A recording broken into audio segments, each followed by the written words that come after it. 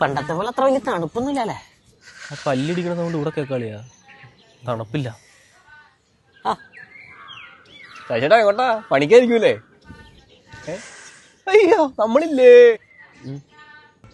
രാവിലെ തന്നെ വന്നിരിക്കണ്ടല്ലോ, ഒരു പണിയില്ലാണ്ട് വായി നോക്കിയത്. അശ്വിന്റെ പെങ്ങളാ. ട്യൂഷനായിട്ടാവല്ലേ? നന്നായിട്ട് പഠിക്കണട്ടോ അവളെ. നീ പോടാ.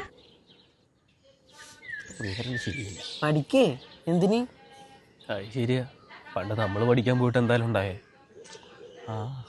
അല്ല അത് പറഞ്ഞപ്പോഴാ ഓർത്തെ, അടുത്ത ആഴ്ച അസ്ലു നാട്ടിൽ വരണ്ടെന്ന്. എന്തോ കമ്പനി എന്തോ നഷ്ടം കാരണം കമ്പനി കൂട്ടിയെന്നോ സാമ്പത്തിക മന്തിയാന്നോ എന്തൊക്കെയോ പറയുന്നുണ്ട്. മോന്റെ കാര്യം ഭയങ്കര കഷ്ടമല്ലേ ഇപ്പോൾ? നാട്ടുകാരുടെയും വീട്ടുകാരുടെയും ഒക്കെ കേൾക്കേണ്ടി വരും. അപ്പൊ നമ്മളൊക്കെ അധികം പഠിക്കാത്തത് നന്നായില്ലേ? നമ്മളോ? നീ? ഞാൻ നിന്നെ പോലെ 10ാം ക്ലാസ് വരെ അല്ല പഠിച്ചേ. എനിക്ക് +1 സീറ്റ് കിട്ടി എന്നുള്ളത് ശരി തന്നെയാണ്. നീ വെച്ചിട്ട് +1 നീ കംപ്ലീറ്റ് ചെയ്തിട്ടൊന്നുമില്ലല്ലോ.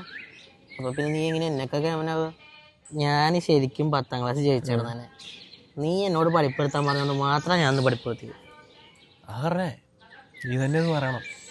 പണ്ട് 10ാം ക്ലാസ്സിൽ 4 തവണ തോറ്റപ്പോൾ അന്ന് ഇംഗ്ലീഷ് പഠിപ്പിച്ച ടീച്ചറിൻ്റെ മോള് അവിടെ ഇംഗ്ലീഷ് ടീച്ചറായിട്ട് വന്നപ്പോൾ എൻ്റെ ഫ്രണ്ട് ആരുടെയും ഫ്രണ്ടിൽ നാണം കെട്ടരുതെന്ന് ഞാൻ വിചാരിച്ചോളൂ. സുഹൃത്താണത്രേ, സുഹൃത്ത്. അല്ല, ഞാൻ അങ്ങനെ ഉദ്ദേശിച്ച് പറഞ്ഞതല്ല.